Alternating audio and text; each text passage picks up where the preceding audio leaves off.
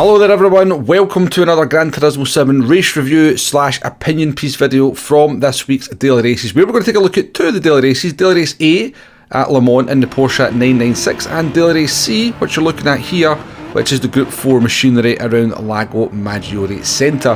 And the subject of this video is going to be why bad settings are slowly killing sport mode. And we've got two races to look at here, and bad settings kill these races for two very different reasons. First up though, we are going to take a look at daily race C, which is Group 4 cars around Lago Maggiore Centre. Now, I've always gone by the mantra that you can take a bad car and track combination, which I would probably say this kind of is, but you can make that car and track combination race interesting using the settings. In this case though, Polyphony Digital have given this race probably the worst settings ever. Now we're coming in for our mandatory pit stop, a pit stop that we have to make. There is a required pit stop in this race, but as ever in a lot of these races we are basically going to come into the pit box, stop and drive back out. Why is that? Well, it's the settings, isn't it? Polyphony Digital for some reason have made this race tyre wear at ×1, fuel at ×1, and given us the racing hard tyres. Now it's a 20 lap race, but it's a very short track, so even with 20 laps the race only lasts about 16.5 minutes, and we are on to lap 16 here, and you can see our tyre wear is pretty much non-existent. So why would we change the tyres? And obviously fuel, I think we've got like 130 odd worth per lap of fuel to start the race, so we're not going to take any fuel. So it's just a kind of pointless pit stop. Now it can be handy to try and find some clear track and put in some representative lap times. I've always said that, even though you're not doing anything at the pit stop, it can be useful as a strategic function. But on a race like this where the lap times are very close between all the drivers and you don't really lose that much time, in fact you can actually lose time in clear track if due to the lack of slipstream, then it just becomes utterly pointless. You know, people will pit on lap 1, but then so will 3 or 4 other drivers, so they just end up in the same group as what they started. Now we tried something a little bit different by kind of pitting on lap 15. That was because the P1 driver was actually catching up with me, so I think they were about to get onto the back of me, so I thought I'd just get out of their way and make my pit stop. And you can see we've came out into the traffic here. Now we did try something a little bit different, because this was a 4-wheel drive fest. This one in particular, it was the Mitsubishi Lancer Evolution, which was the far dominant car, but we're in the Genesis G70 here, trying to take on these Mitsubishi Evos. But yeah, definitely lacking about 3 to 4 tenths over the Evo, just purely through grunt, I think, more than anything else. And we're down in P12 as this one is coming to a close. But yeah, basically you could have spoke to anyone that has any real experience at playing sport mode on Gran Turismo 7, not just me, you know, anyone, not just YouTubers or whatever, you know, but you could have spoke to anyone that does do the YouTube, myself, Key, Tidgney, Digit. They could have told you this race would be dead on arrival, because we've done this race before. It was dead back then, and the settings for this one just make it absolutely boring. You know, it's not to say you can't have a good race. You know, I did a few races on Monday. This is one of them here. I did a stream where I did 5 races. I had a reasonable amount of fun, but there is nothing about this race that's going to keep you occupied for a week, and it was pretty much dead by Tuesday. As far as most people were concerned. After I did my stream, I had absolutely no desire to come back to this race whatsoever, so I can only imagine how other people are feeling about this race as the week has went on. Now, even if this was the car and track combination that Polyphony Digital wanted to do, you could have made this race 100 times more interesting by maybe making it around about 24 laps. That would take up to the 20-minute mark at least. Tyre wear at ×7 on the medium tyres would have brought tyre wear into the 4. The tyre wear would then have brought other cars into the 4 as well.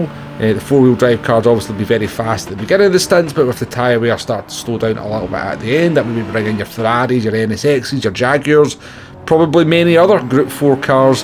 You could have made the fuel something like ×4. I think that would have been enough to make fuel a little bit of a factor. Do you save a little bit of fuel so you don't have to take fuel on at the pit stop, or do you not bother with that and just sort of take 2 seconds longer in your pit stop to take the fuel on? Just brings strategy into the race. But as it is, ×1 fuel, ×1 tyres, and racing hard tyres. Yeah, it was always going to be a boring race. It was always going to be dead on arrival, and this should not be happening. We're 2 years into the game, folks, and these kind of terrible races should not be happening. We are at the point where there is simply no excuse for bad races like this. And let's be clear, this is not a game problem. This is a developer problem. It is putting in bad settings that are killing the races and slowly, unfortunately, killing sport mode in this game, as far as I am concerned.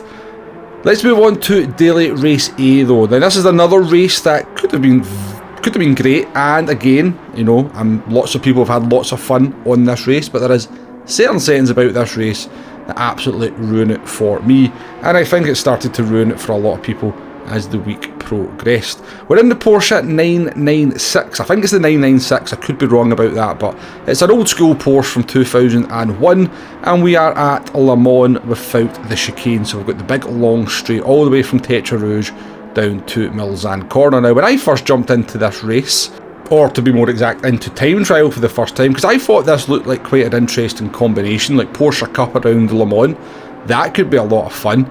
Drove the car for a few corners onto the straight, thought, yeah, this car's actually really nice to drive. We've got a nighttime setting, which I'm not a big fan of, to be perfectly honest with you. I don't really like driving at night in racing games, but at least it was something a little bit different. I thought, yeah, this could be an interesting race. Daily Race C looks a little bit boring, but this could pass the time. Maybe do a stream on this. And then I had a kind of thought to myself, I went, wait a minute, it's a road car. Polyphony Digital have this horrible habit when it comes to road cars of giving us custom slipstream. So I popped out, went into the detailed settings, and there it was. Custom slipstream. Now, custom slipstream can mean a lot of things in Gran Turismo 7. Generally though, in road cars, it means you basically have nitrous DRS. And unfortunately, that was the case for this one. Now the Porsche will do about 185 to 188 down the straight without slipstream. You give it slipstream and it's doing like 215 miles an hour down into Mulsanne Corner. And you can just imagine the chaos that brings. Now this was my first time arriving in Mulsanne Corner in the slipstream, and you can see we got it a little bit wrong. But yeah, Mulsanne Corner just became, from what I've seen, an absolute cluster.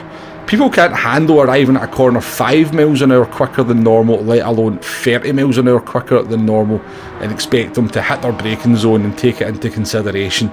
It's just not going to happen, and I just seen so much chaos happening down into Mulsanne Corner. It just wasn't necessary. You had the straight there. Real slipstream would have worked absolutely fine for this one. I don't have any doubt about that whatsoever.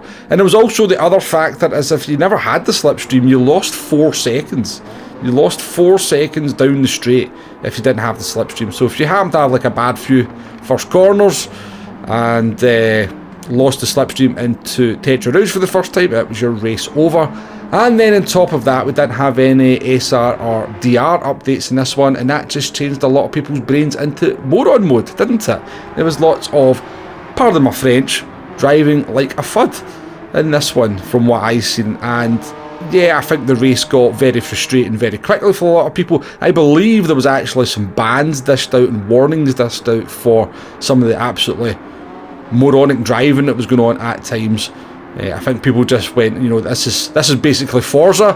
Let's just drive like it's Forza. You know, no offence to any Forza fans out there, but yeah, it kind of had that feeling as you were going down into Mulsanne Corner. It felt like a Forza race, and it was a shame because it could have been such a good combination had they just kind of left the slipstream on real and just let this be a race about skill and car control. But no, they turned it into an absolutely stupid gimmicky thing. And after I did one race, I was like, yep, I will give this one a miss as well.